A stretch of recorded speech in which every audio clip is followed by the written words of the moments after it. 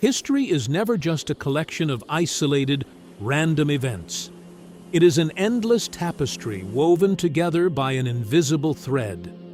If you think the birth of the State of Israel in 1948 was a standalone moment, you are trapped in history's greatest maze. 2 centuries of devastating global wars, the agonizing sunset of the British Empire, the collapse of the Soviet Union, and the rise of America's unipolar world. Everything has been driven by an unseen geopolitical blueprint. And today, as you look at the deadly, 3-way conflict unfolding in the waters of the Strait of Hormuz between Iran, the United States, and Israel, its roots run deep into the past. The history of Israel doesn't begin in 1948. To find its true roots, we have to journey back to 19th century Europe. Long before any Arab-Israeli conflict, long before the devastation of the Second World War, and long before a single border was drawn in Palestine, an idea was quietly taking shape, an idea that would eventually alter the course of modern history. For centuries following the 1st century CE, Jewish communities had scattered across Europe, North Africa, and the Middle East, a long, often painful experience known in tradition as the Diaspora. As the 19th century dawned, a powerful new force swept across Europe: modern nationalism. From Germany and Italy to Greece and Hungary, peoples everywhere were rising to forge their own sovereign nation-states. But this wave of national awakening forced a profound and unsettling question upon the Jewish people. Are they merely a religious community, or are they a distinct nation? Out of that burning question, political Zionism was born. Anti-Semitism in the late 19th century was evolving into something far more systemic. In the Russian Empire, waves of violent pogroms between 1881 and 1906 shattered communities, leaving thousands dead and entire families displaced. Even in Western Europe, where legal emancipation seemed promising, deep-seated prejudice lingered just beneath the surface. Then came 1894 and the Dreyfus Affair in France. Alfred Dreyfus, a Jewish officer in the French military, was falsely accused of treason in a trial fueled by blatant anti-Semitism. Watching from the sidelines was a Viennese journalist named Theodor Herzl. For Herzl, the Dreyfus Affair was a turning point. He came to a chilling realization: true safety, equality, and security for the Jewish people could never be fully guaranteed in a Europe where they were always the perpetual minority. Theodor Herzl, 1860 to 1904, an Austro-Hungarian journalist, writer, and visionary who became the undisputed father of modern political Zionism. In 1896, Herzl published a breakthrough and prophetic work titled Der Judenstaat, the Jewish State.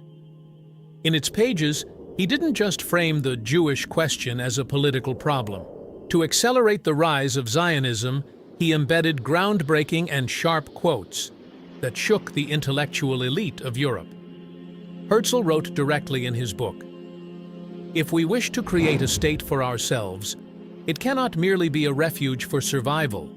It must be a modern nation that possesses the power to shape its own destiny on the global stage." He further proclaimed, "The Jewish question exists wherever Jews live in perceptible numbers. The sole and ultimate solution to this crisis is a sovereign territory, where Jews are no longer a minority, but a majority." To Herzl, anti-Semitism was a structural flaw of the European state system, not a passing storm. He firmly declared, "We are one people." He wasn't calling for a religious revival. He was laying out a modern, secular, and diplomatic blueprint for a sovereign nation-state.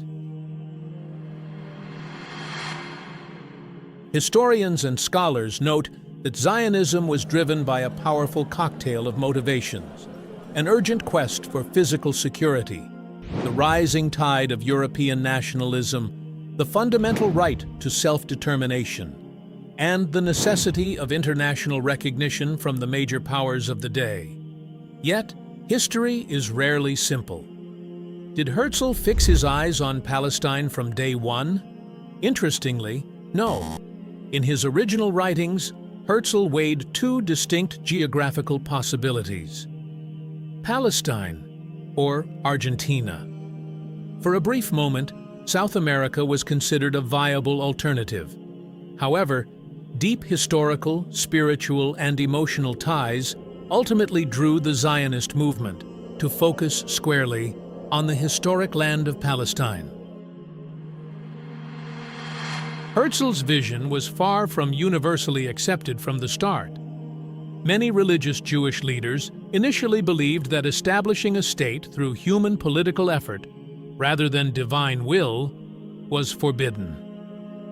Meanwhile, many liberal European Jews feared that a separate nationalist agenda would jeopardize their hard-won citizenship at home.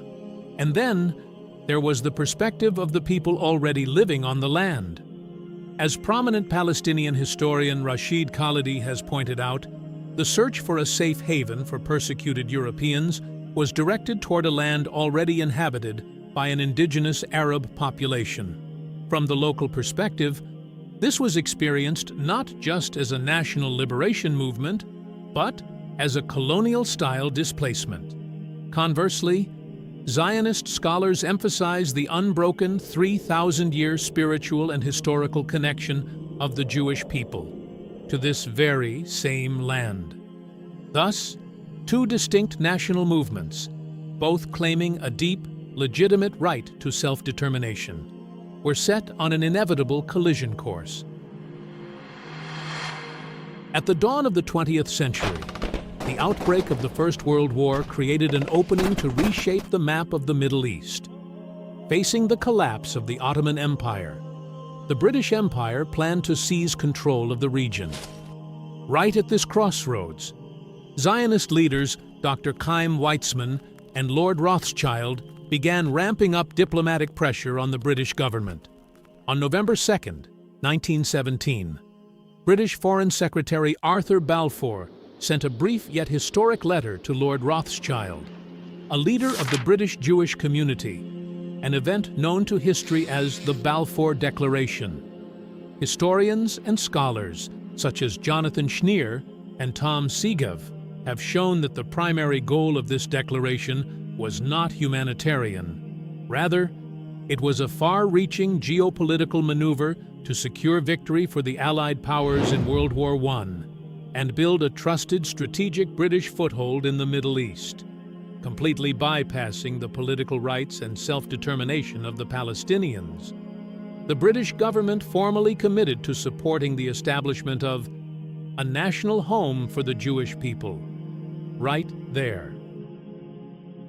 In Episode 2, we'll uncover how the Balfour Declaration, British rule, World War II, the UN partition plan, and global diplomacy culminated in the creation of Israel in 1948.